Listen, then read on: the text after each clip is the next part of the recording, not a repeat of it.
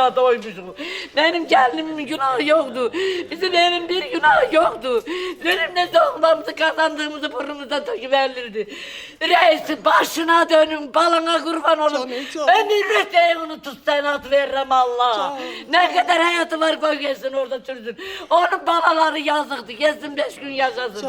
Sana at veririm Allah, reis balına kurban olun. Hadisə ilə bağlı deməli Salahova Gülzəndə Abbas qızı qeyd edilən tarix 31.01.2026-cı il tarixdə Ağdam rayon mərkəzi xəstəxanasına daxil edilmişdir. Təzyiq və təxirə salınmış tibbi yardım vasitəsilə.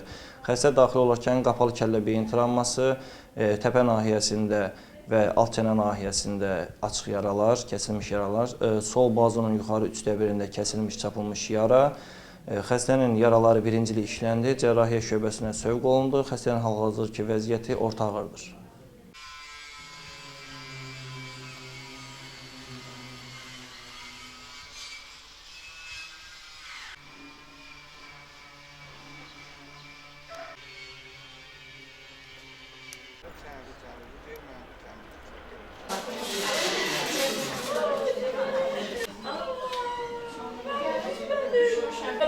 Gelsin acılarla.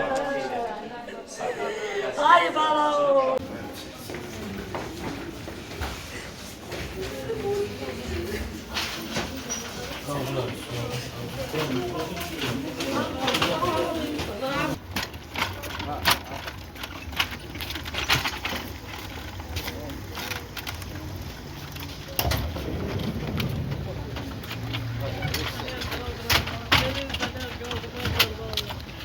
Böyle çiçek insanlar kaldım Allah Allah.